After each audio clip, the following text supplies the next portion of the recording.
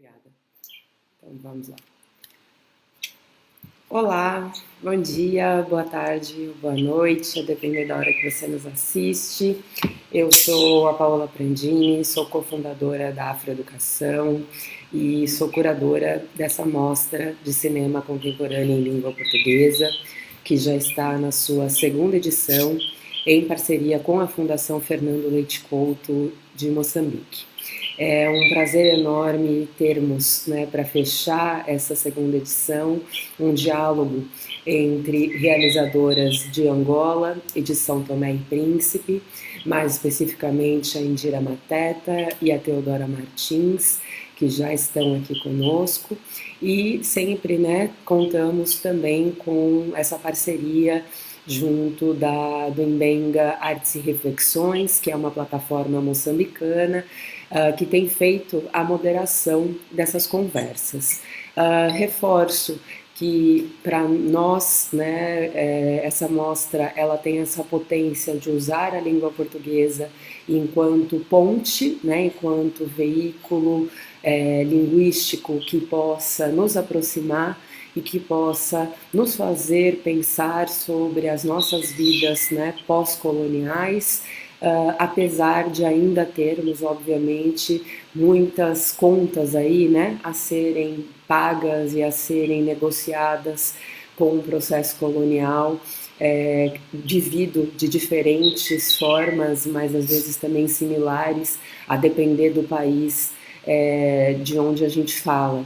E exatamente por isso que a mostra faz esse giro entre todos os países que compõem a CPLP, a Comunidade dos Países de Língua Oficial Portuguesa, para que a gente consiga, então, dessa maneira, estabelecer esses encontros e estabelecer essas pontes. Então, muitíssimo obrigada por vocês estarem conosco, por nos cederem as suas obras, que são obras incríveis, em que eu aqui me empolgaria se fosse falar delas e não posso tomar o tempo para isso, mas que já, inclusive, elogiei ambas no privado, porque enquanto curadora assisti e achei que realmente era muito relevante termos essas obras como parte da nossa programação. E vou passar agora, então, para o Leonel Matus Júnior, que faz parte dessa plataforma moçambicana e que conduzirá a conversa com vocês a partir de agora. Então, muito bem-vindo, Léo. Obrigado, Paula. Paula, eu tenho às vezes esta dificuldade da Paula. Em Moçambique, o usual é Paula e não Paola.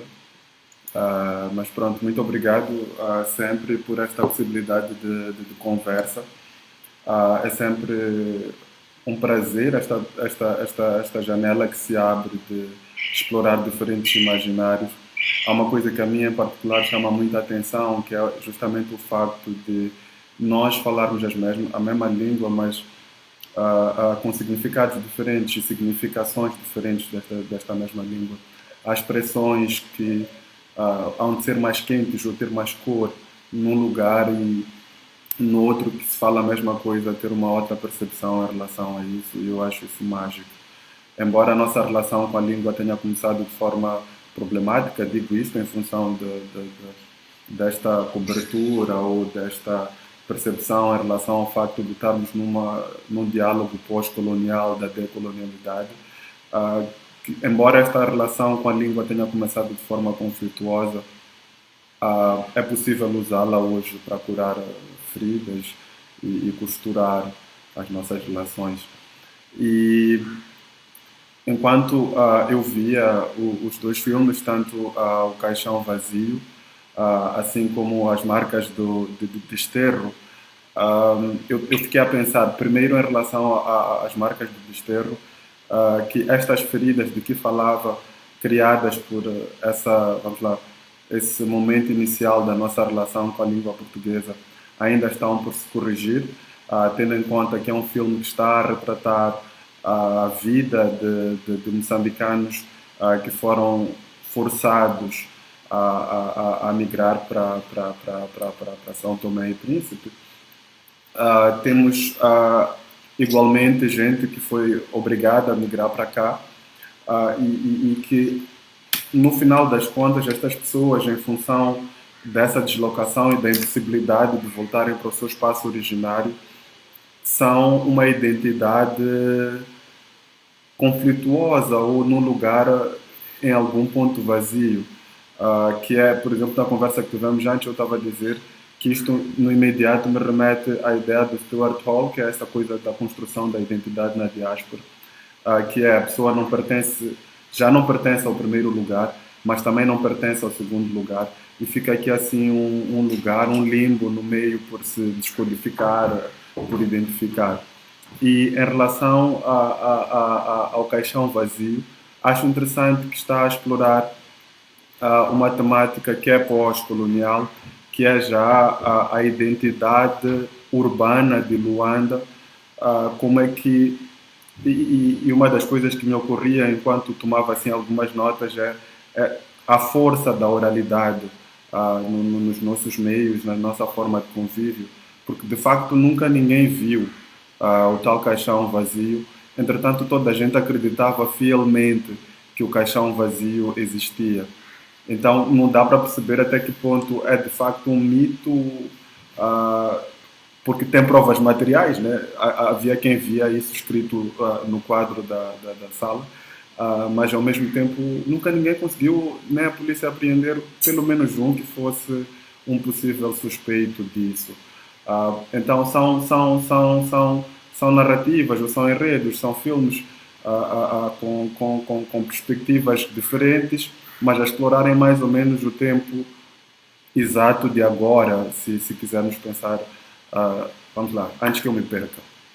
Eu ia começar então com a Índia, a Mateta, que era para perceber, antes de esvaziares o caixão, quem eras, como é que foi o teu caminho, quem é a pessoa que teve a visão de fazer este filme. Microfone fechado. Podes ligar o teu microfone, Indy. Olá, Leonel, boa tarde. Olá, Paola, olá, Teodora. Espero que estejam bem. Eu estou em Luanda, estou bem, está calor aqui, está bom. Quero agradecer pelo convite para participar desta mostra, deste ciclo. É gratificante para mim, sendo que estou a estrear-me nestas lides da realização. É um primeiro trabalho experimental, muito feito de improviso, e está já a levar-me a alguns locais e algumas conexões interessantes para mim, que quero construir um futuro no cinema documental. Falando sobre mim, de forma introdutória, eu sou luandense, nascida, criada e residente em Luanda, angolana de nacionalidade, pais angolanos também. Tenho mais 3 irmãos e sou a filha mais velha. E eu acho sempre pertinente trazer contextualizar nesse sentido, né, o meu percurso, quem são os meus pais e meus irmãos, porque é a partir daí que começa uma Indira interessada pelo audiovisual, pela fotografia, pelo vídeo. O meu pai é jornalista, já trabalhou na área de escrita, televisão, rádio, dentro da comunicação social, e eu, influenciada por ele, hoje também trabalho com as mesmas coisas, e mais especificamente com a fotografia e, como disse inicialmente, a estrear-me no vídeo. Então, começo a fotografar na infância, por influência do meu pai, que sempre queria reportar, gravar memórias do que acontecia em família, eventos como batismos, festinhas de aniversário, irmos acampar. Nós acampávamos muito nas praias, temos imensas praias cá, e também saíamos para fazer viagens interprovinciais, de Luanda para uma outra província que se chama Benguela, que é de onde é a minha mãe e onde está a sua família toda, grande parte até hoje. E nós muito cedo, nessas viagens, o meu pai sempre naquela de querer registrar e fotografar, quando não fosse ele a fotografar, era eu. Então cresci com esse gosto por registro, fotografia mais documental, se calhar um pouco de jornalística, um pouco mais para frente. E em 2008 eu participo de um concurso de fotografia aqui em Angola, que era promovido por um banco na altura. Eu venci o prémio e o prémio era em dinheiro e até era uma quantia avultada para a altura. Tínhamos uma falsa impressão de estabilidade econômica, não havia as inflações que estamos a sofrer hoje, e foi-me possível adquirir todo o material para começar a fotografar profissionalmente. E assim foi, sou fotógrafa até hoje, mas em algum momento decidi enveredar para o vídeo, dar mais algum movimento ao que eu recolhia como imagens.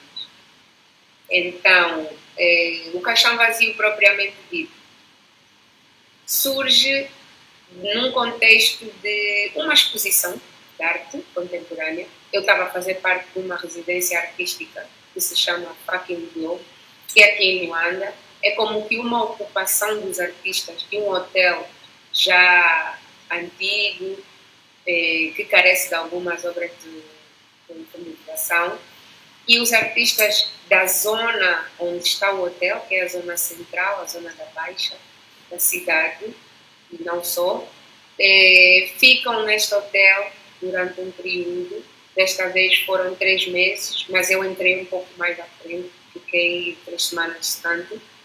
E cada artista ocupa um quarto e desenvolve a sua obra. E são artistas multidisciplinares. Eu optei por fotografia, videoarte e uma instalação. O caixão vazio porque um pouco antes de me ter sido feito o convite para a residência artística, eu estava em conversas com os amigos de temas mais nostálgicos e chegamos ao tema do caixão vazio. E eu achei interessante, se calhar, trazer essa memória de forma diferente.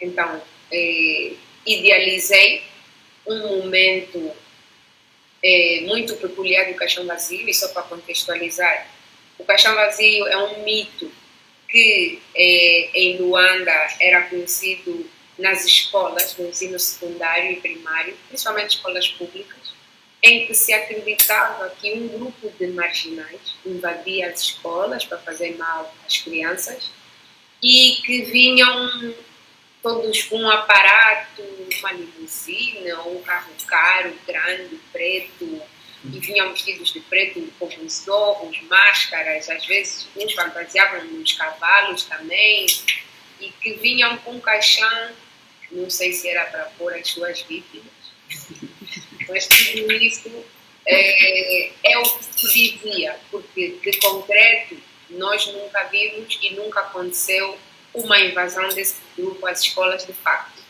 mas era tão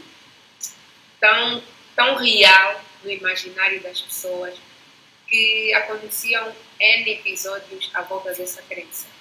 E então era mais ou menos num dia de aulas normal, alguém no corredor gritasse: olha, o caixão vazio está vindo. Era um pânico que se instalava na escola, todo mundo fugia, já não haviam aulas e na correria pessoas podiam ser pisoteadas. Era uma situação um pouco complicada, porque tivemos mesmo pessoas com membros fraturados e assim. E então eu achei interessante trazer essa memória, mas principalmente porque eu, a nível pessoal, estava a passar por uma fase de rebuscar medos, enfrentá-los e ultrapassá-los. E como eu na infância tinha medo do caixão vazio também, e também fugi do caixão vazio, mas já se calhar no fim do que tinha sido o seu ponto mais alto, que é anos 80, eu apanhei já meio dos anos 90. Então decidi trazer de uma forma diferente, no contexto da arte contemporânea. E imaginei, bom, um cenário pós-correria do caixão vazio. Seria o quê? Vestígios dos estudantes, sapatilhas, cadernos, lápis, carteiras assim atabalhoadas, portas arrancadas, sei lá, vidros partidos. Eu recrio essas imagens em fotografia faço um videoarte onde peço a 2 bailarinos de arte contemporânea para interpretar essa categoria. A minha intenção era ter mais pessoas, criar o cenário de uma sala de aulas em que estava a ser atacada, né? Tipo, o pânico. Só que não consegui na altura, então fiz mesmo com 2 bailarinos de dança contemporânea. E optei por dança contemporânea só para ser diferente, ele é mais poético, porque podia pedir a 2 atores para interpretar, mas preferi que fosse assim. E então resultou um videoarte de 1 minuto, fiz as fotos, como instalação fiz um esqueleto, tipo só assim, o que seria um caixão, mas não propriamente como nós o vemos, uma recriação, né? E então, ao longo da visita das pessoas na residência artística e tiveram contato com essa exposição, surgem as memórias. E cada um contava uma história, e havia os que sabiam, e havia os que não sabiam do que se tratava, e surge toda uma conversa à volta disso. Inclusive em programas de rádio, no fim de semana a seguir, alguns jornais saíram pequenas notas sobre esse reencontro com esta memória. Eu acho que aquilo muito interessante. Estava na altura a acontecer uma candidatura para um festival de cinema, aqui, nacional, e uma amiga propôs que eu, se calhar, desenvolvesse um pouco mais o que já tinha daquele pequeno videoarte, para fazer alguma coisa que desse para concorrer. Eu aceitei o desafio, só que estava muito perto da data limite de fechar as inscrições. Faltava pouco mais de 6 dias. E eu a mesma fiz. O que eu fiz? Peguei no videoarte que eu já tinha, então depois eu fui atrás dos testemunhos. Boa. E eu achei que ia me safar em tão pouco tempo. Boa. E aquelas pessoas, e depois foi desenvolver o trabalho. Boa. Eu depois ainda vou querer perceber, porque uma das coisas que chamou-me a atenção é justamente esta representatividade ou esta representação de um passado que não podíamos ter imagens de facto do que aconteceu. Eu acho que é um caminho interessante para o documentário, porque ajuda as pessoas a terem, vamos lá, a estarem mais próximos, ainda mais quando se trata de um documentário que está a contar uma história que eventualmente pode ter acontecido. Mas antes de chegar a esse detalhe, eu queria perceber da Teodora. Eu sei que a partir da segunda metade do século XIX, com a introdução do tráfico de escravos no Atlântico e a guarnição britânica, as ilhas que estão aqui próximas do Índico tornaram-se o local final do transporte de escravos. Isto é um negócio ou um comércio, se é que essa palavra ainda faz sentido nesse contexto, que era feito entre portugueses e franceses. Entretanto, no contexto moçambicano, pouco fala-se deste episódio com São Tomé. Então, eu queria perceber de onde é que surge o teu interesse por esta temática e, a meio a isso, também perceber quem és tu. Olá, legal, como estás? Bom, muito obrigada pelo convite. Para mim é um prazer enorme fazer parte desta segunda edição de cinema da língua portuguesa. E, bom, falando um pouco do Marca do Desterro, terei que falar também principalmente de mim. Bom, eu sou santomense, nasci em São Tomé, sou descendente dos cabo-verdianos, a minha família paterna são todos cabo-verdianos e a materna é são tomense, e sou fusão dessa mistura entre os cabo-verdianos e são tomenses, que ocorreram justamente com esta migração também, que se deu um pouco forçada, ou seja, de moçambicanos para São Tomé foi forçada, mas os cabo-verdianos, de um momento determinado da história, passou apenas a ser pelo contrato. Daí que os meus avós foram para São Tomé e Príncipe por contrato, e meu avô foi técnico de Correios, e foi um homem apaixonado pela fotografia, que eu acho que daí vem o bichinho, né? Pelo cinema, pela imagem, pela história principalmente. E nascida em São Tomé, ou seja, dessa família dos descendentes de cabo-verdianos, fui educada pelos meus avós cabo-verdianos, que contavam muitas histórias de como os cabo-verdianos, os moçambicanos, os angolanos chegaram em São Tomé e como eram tratados. E eu, ou seja, ainda com essa visão de criança, não percebia o que estava por detrás, o sofrimento,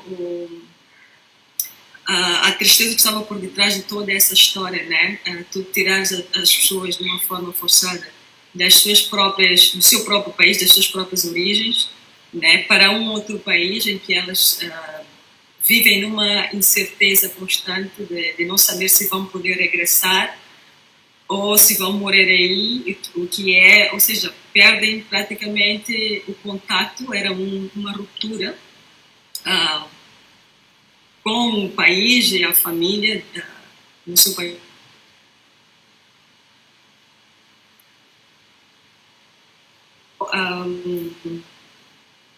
Tive a oportunidade de ir a Moçambique e fazer a minha licenciatura. Havia uma cabo-verdiana que teve filho com um moçambicano, que ela não sabia o que era feito do filho, que era feito deste moçambicano, porque o acordo que tiveram foi de um moçambicano ir para Moçambique e de algum tempo mandar chamar o resto da família.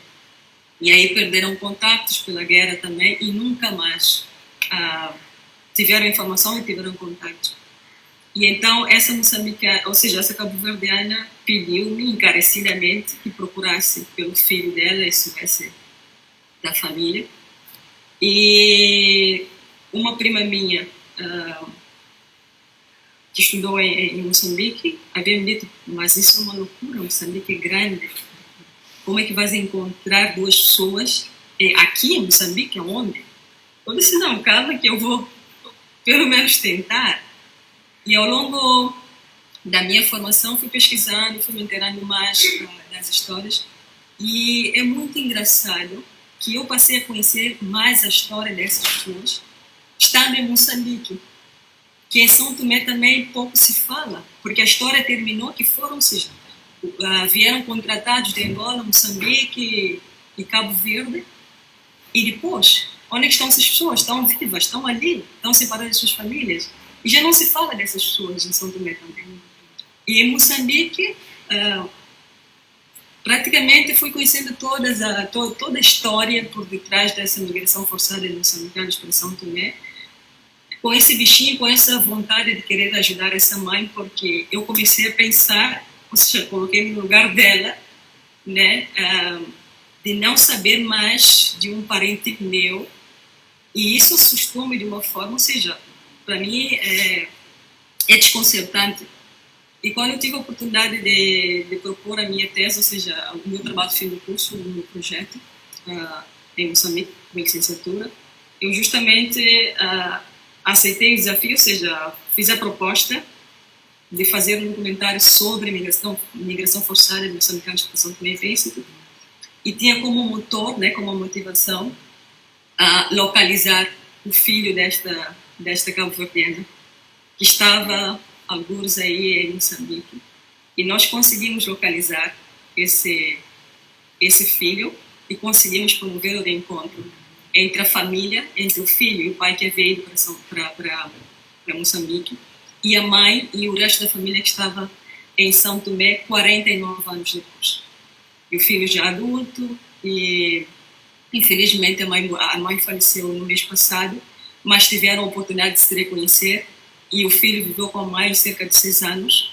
E, ou seja, para nós é algo muito gratificante desse projeto que surgiu na ECA, e surgiu de um pedido de uma mãe, e teve essa unir as famílias, e nós conseguimos, além dessa família conseguimos reunimos mais uma, que também a mãe acabou por falecer, mas os familiares conseguiram se reunir, estão em contatos até hoje, e tem surgido mais pessoas que dizem: Teodoro, eu também sou uma dessas pessoas que também quero encontrar a minha família, e nós temos um projeto de, assim que eu sair daqui de Cuba, continuar o projeto Reencontro e continuar o trabalho, porque para nós foi super gratificante e não sabíamos que fôssemos a colocar um pouquinho de grão na areia nessas marcas que ficaram até hoje, ou seja, que está por resolver, que justamente concordo consigo quando diz que temos que usar a língua, né, para começar a sanar essas feridas que ficaram no passado, que ainda está bem presente na nossa sociedade, no nosso contexto. Boa. Eu confesso que enquanto via o filme, por várias vezes emocionei-me, tive que parar, porque é duro essa possibilidade. Eu também pus-me assim. Houve momentos que colocaram-me quase com lágrimas nos olhos, porque imagino essa situação de perder o contato com o teu lugar de origem, e tu não saberes o que é feito das pessoas da tua família. Acho que isso não tem preço. É talvez das coisas mais pesadas que pode ter acontecido no tráfico escravocrata.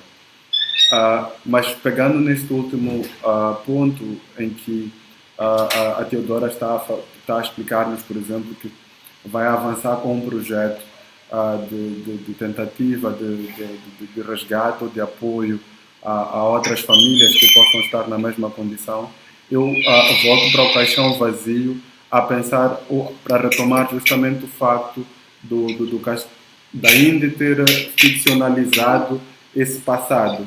Enquanto, por um lado, temos vamos lá, um trabalho realístico, ao pé da letra, em relação a esse processo. Por outro lado, é claro que com a Indy temos entrevistas com pessoas que testemunharam, com pessoas que também ficcionaram, no caso do Onjaki, no caso dos músicos dos Conguenhas. Eu queria perceber como é que foi esse... Primeiro estavas a explicar que tu ficaste ali assim a montar o cenário em função da exposição que tu tinhas, da instalação que tu tinhas, e que foste convidar bailarinos de dança contemporânea para poderem representar aquilo que foi.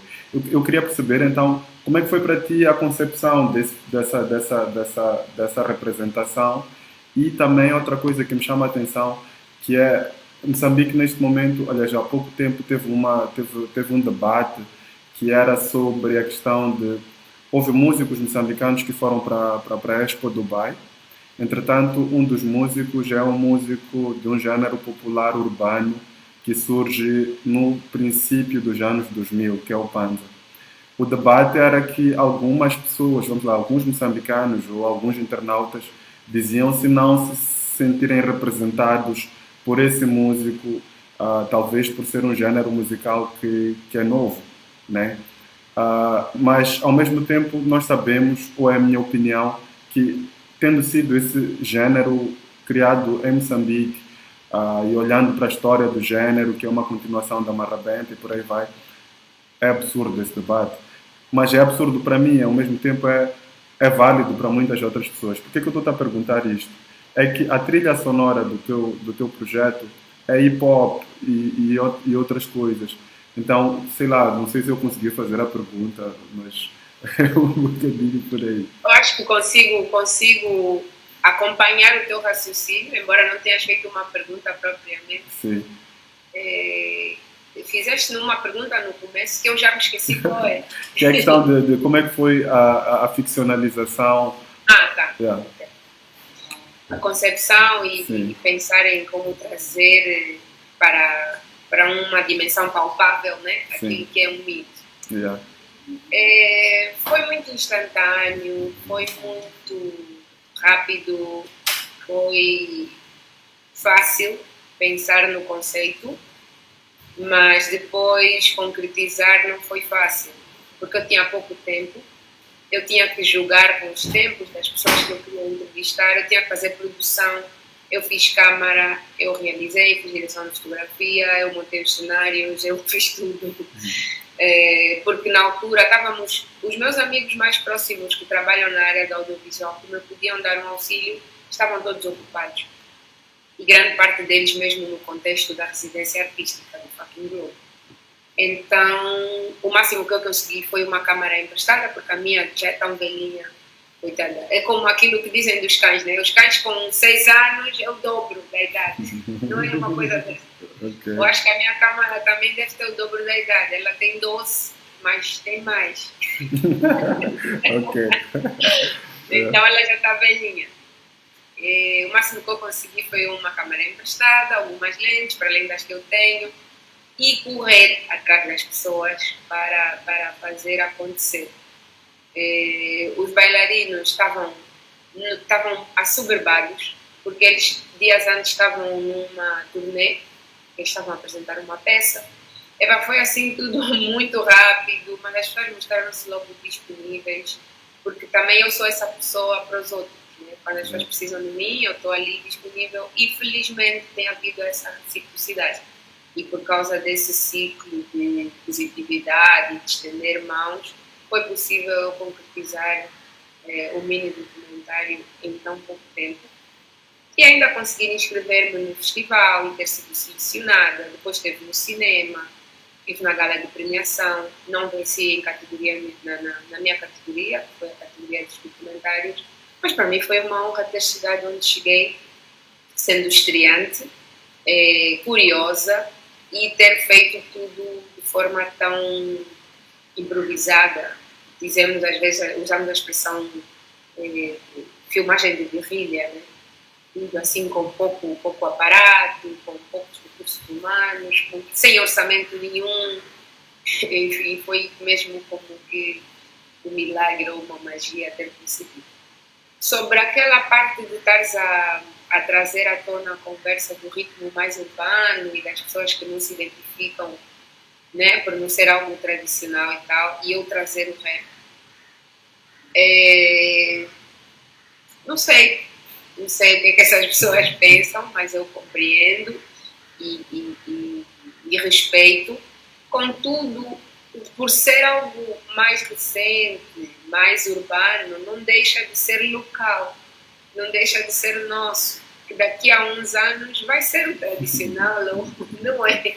Então, da mesma forma que os estilos conceituados e respeitados, os mais velhos, são respeitados hoje, em algum momento foram os estilos jovens, em algum momento foram esses marginalizados.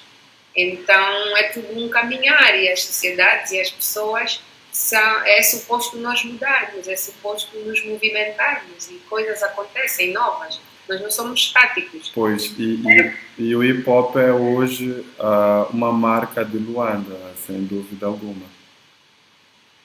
Sim, o hip hop é tipo, ok, é oriundo dos Estados Unidos da América, mas foi desenvolvido por negros, né? Negros de descendência africana, e de alguma forma nós temos o nosso dedinho lá. E depois até agora pesquisas e mesmo vídeos, textos de imagens de danças tradicionais africanas e ritmos que encontramos no rap que é feito hoje, no hip hop. O break dance, por exemplo. Há imagens de, não sei, acho que é mais na zona ali dos Maasai, Quênia e tal, que estão a dançar de uma forma, aquilo é puro break dance. Aquelas imagens acho que são de 1800 ou 1900 e pouco. Então, não deixa de ser nosso, não deixa de ser africano, não deixa de ser tradicional. Tem a origem aqui. Eu trago o rap, podia trazer outro estilo, só que eu não encontrei um outro estilo que trouxesse o tema que eu queria, que é o tema do Caixão Vazio, que é tão urbano, né? tão recente. Depois do documentário feito, por acaso encontrei uma banda de rock que tem uma música sobre o Caixão Vazio. também seria interessante, se calhar usar como banda sonora num futuro projeto. E é isso, da mesma forma que tu falaste do vosso estilo marginalizado, como é que se chama o mesmo estilo? Panza. Panza, sim. Yeah. Eu conheço o Panza, não tinha percebido quando falaste. Ok.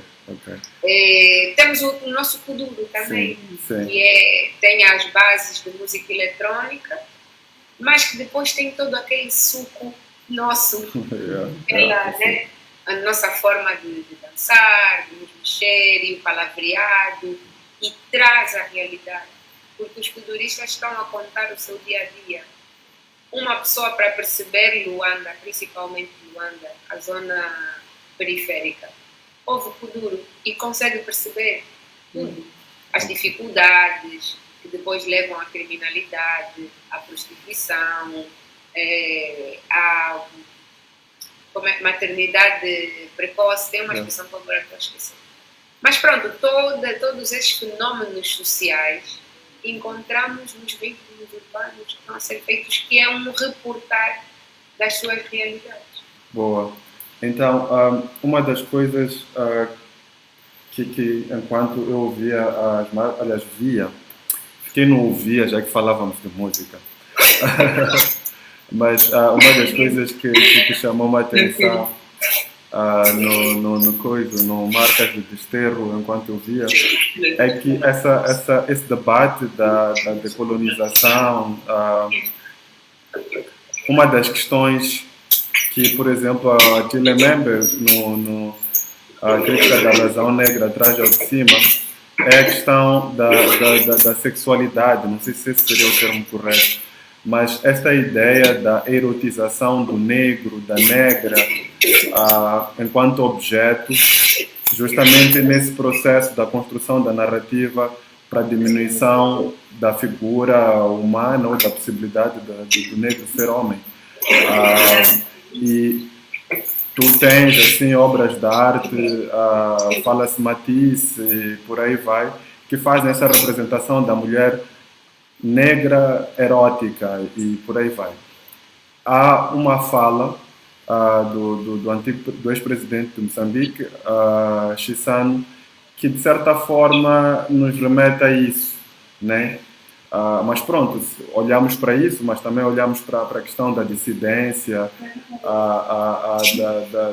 vamos lá, haviam pessoas moçambicanas que não estavam a favor daquela situação colonial e por aí, sei lá. Enquanto eu vi o filme, eu fui pensando nestas coisas todas que foram contribuindo ou que foram sustentando essa ideia da colonização. Eu queria perceber, para ti, quais foram as descobertas e em relação a esses debates da decolonização hoje, o que é que tu encontraste no teu filme que está aí assim a ser discutido teoricamente ou que ainda não foi, que tu achas que tem validade para a conversa?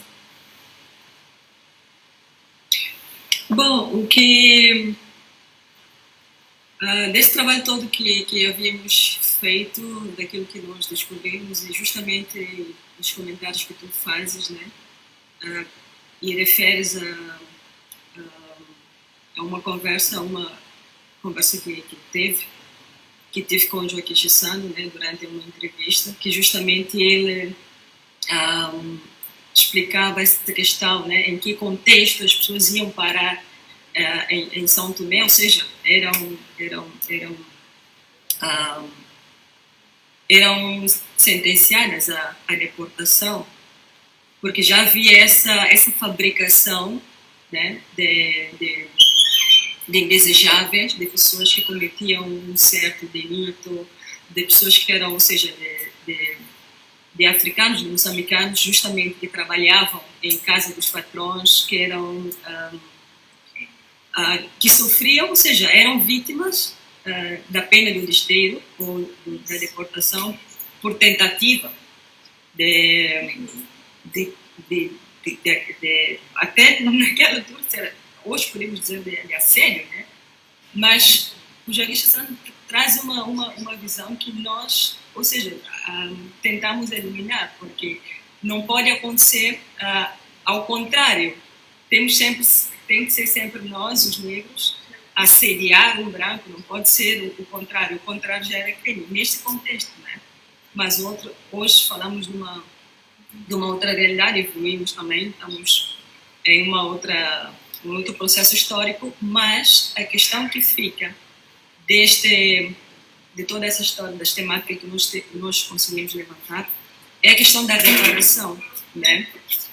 No sentido de vermos para estas pessoas que ainda estão nesta situação, hoje dizemos assim, de indignidade humana em São Tomé e Príncipe. E há um debate super forte em América Latina, justamente levantado por CARICOM, que é uma comunidade dos países da América Latina e Caribe, né, de Caribe, que foram antigas colônias europeias, que justamente traz essa temática de reparação no sentido de ter essa consciência, dos países europeus terem essa consciência de que o mal, ou seja, as consequências, ou seja, da situação política, econômica e social dos afrodescendentes desses países, todas das suas antigas colônias, justamente vem daí, né? Desse processo de colonização, desse processo de migração forçada, nesse caso, para São Tomé e Príncipe. E temos o exemplo de Cabo Verde, que foi o único país, né, comparando com Angola e com Moçambique, foi o único país que teve a humanidade de escutar essas pessoas, de escutá-las, de saber o que elas querem na realidade, dar-lhes a possibilidade de regressar para Cabo Verde, para as suas origens, e também deu-lhes a possibilidade de progredir, de avançarem, né? De desenvolver as suas vidas e não continuarem confinadas nas paredes das roças onde foram colocadas, sabe? Verem a vida a evoluir. Porque muitas dessas pessoas foram colocadas nas roças para manter a produção das roças e ali continuaram. E em São Tomé e Príncipe não teve uma atenção a elas e por muito tempo houve uma política de marginalização que foi herdada do passado colonial, em que essas pessoas não tinham os mesmos direitos que não foram. Mas hoje em dia já se conseguiu, através da educação, eliminar esses tipos de conflitos, esses tipos de desigualdade que havia, mas mesmo assim, com relação aos deportados dos antigos contratados de São Tomé e Príncipe, de origem cabo-verdiana, moçambicana e angolana, ainda continua uma situação de indignidade humana, assim podemos dizer. E Cabo Verde foi o único país que conseguiu traçar políticas que fosse de acordo com as necessidades dessas pessoas. Okay. E justamente trago esse tema dos moçambicanos para se tentar resgatar esta temática de reparação, que pode ser de várias outras formas. E essas pessoas, há muitas delas que já estão já entraram numa fase de conformismo, que já não querem sair de São Tomé, né? Mas têm outras necessidades, têm outras aspirações. Há muitas que não querem sair de São Tomé, mas pelo menos querem saber o que foi feito das suas famílias, ainda existem, vocês estão vivos. Ok. Sabem, é sempre uma tristeza porque estas conversas... Não sei se responder. Sim, na verdade, a pergunta é só uma provocação para que tu digas o que tu quiseres. Então, Inde Teodora, eu ainda tenho muitas perguntas ou provocações. Entretanto, temos uma limitação, que é o tempo. Não nos permite continuarmos a conversar. Mas, de qualquer modo, eu acho que são, como eu já tinha dito no princípio, são dois filmes, são duas formas de ver o mundo que dialogam na medida em que conseguimos pensar a Luanda pós-colonial sem necessariamente olharmos para essa relação colonial, mas também conseguimos pensar Moçambique, Cabo Verde, São Tomé tendo, vamos lá, sendo mais incisivo, tendo, vamos lá, indo de forma mais direta para aquilo que são as sequelas do processo colonial. Eu espero que quem vir o filme consiga criar outras perguntas que nós não nos fizemos, e talvez pensar em outras respostas, outras soluções, outros comentários, outros filmes, para que nós possamos continuar a conversar sobre estas coisas interessantes. Foi um prazer enorme vos conhecer, e pronto, espero que continuemos a conversar. Obrigado, Paola, por esta última sessão. Sim, eu que agradeço. Nessa sessão a gente teve essa possibilidade, né, de estarmos aqui juntos, que é uma coisa que em geral não acontece, e foi bom, né, para fecharmos dessa forma. Agradeço muitíssimo também a vocês duas, parabenizo, né, pela realização de tanta, enfim, qualidade dessas narrativas que vocês produziram, e eu acho que, acima de tudo, o cinema, né, tem essa potência que é de contar histórias, mas também de ser muito didático, né? Então vocês, a partir das suas obras, talvez não tivessem a intenção de um didatismo, porque afinal é arte, e a arte não necessariamente precisa ser didática, mas tem ali um compromisso, né, social de contar essas histórias. E eu, enquanto brasileira, e talvez pudesse falar por, enfim, todos e todas brasileiras que eu conheço, ao menos, são histórias que nós não temos acesso.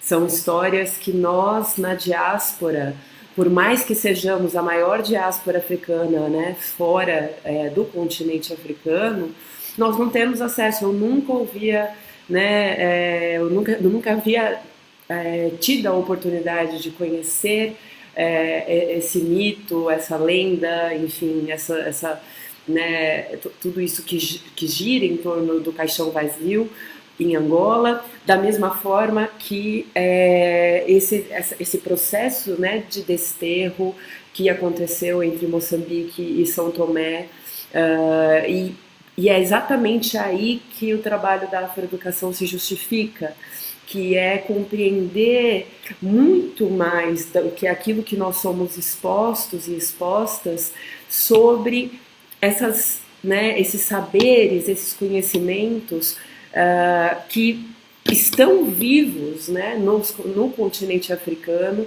e que precisam ser valorizados, principalmente porque no Brasil temos uma legislação federal desde 2003, quase 20 anos já aprovada, em que é obrigatório o ensino de culturas e histórias africanas e afro-brasileiras nas escolas. Então, esses filmes são potentes, por exemplo, para discussões como essas serem feitas, né, entre docentes e estudantes. Então, esse é o olhar que eu busco ter, né, a partir da curadoria que realizo, até porque sou educadora e aí não, é a minha visão do mundo, né, é a minha leitura do mundo a partir de uma perspectiva, né, freiriana, ela acaba sendo essa. Então agradeço, né, imenso por essas contribuições que vocês nos deram aqui e espero que um dia a gente possa desvirtualizar e possamos, quem sabe, nos conhecer pessoalmente, assistirmos ao filme, né, de maneira presencial, porque isso também tem deixado muitas saudades. Então, que essa oportunidade chegue. E volto para vocês para suas considerações finais. Não sei quem quer começar, talvez Indy, por ordem alfabética. Ok, muito obrigada pela oportunidade uma vez mais. Também foi um prazer aqui estar, é um prazer para participar disso, porque como já disseste, Paulo, é muito importante. Vocês no Brasil não têm acesso a essas realidades. E entre nós mesmo, países africanos de expressão portuguesa, não sabemos tudo uns sobre os outros e não sabemos tudo sobre o Brasil, sobre Portugal, sobre o Timor-Leste, enfim. E conhecermos-nos a todos é sempre muito pertinente, até para podermos conviver cada vez de forma mais saudável, né? E trazermos coisas à tona e estarmos cada vez mais próximos e não ser só a língua que nos une, mas também outros aspectos que formos descobrindo. Então, quero agradecer, já agradeci, eu sou essa pessoa que agradece a toda hora, porque acho que a gratidão atrai depois todo o resto. E estou grata a todas as pessoas envolvidas nesse meu pequeno exercício, as pessoas que eu entrevistei, depois o amigo que editou comigo, todas as coisas que aconteceram em torno disso. E eu tenho isso como o início de algo maior que venho a construir ao longo do tempo. Muito obrigada. Teodora? Bom, muito obrigada em primeiro lugar pelo convite, né?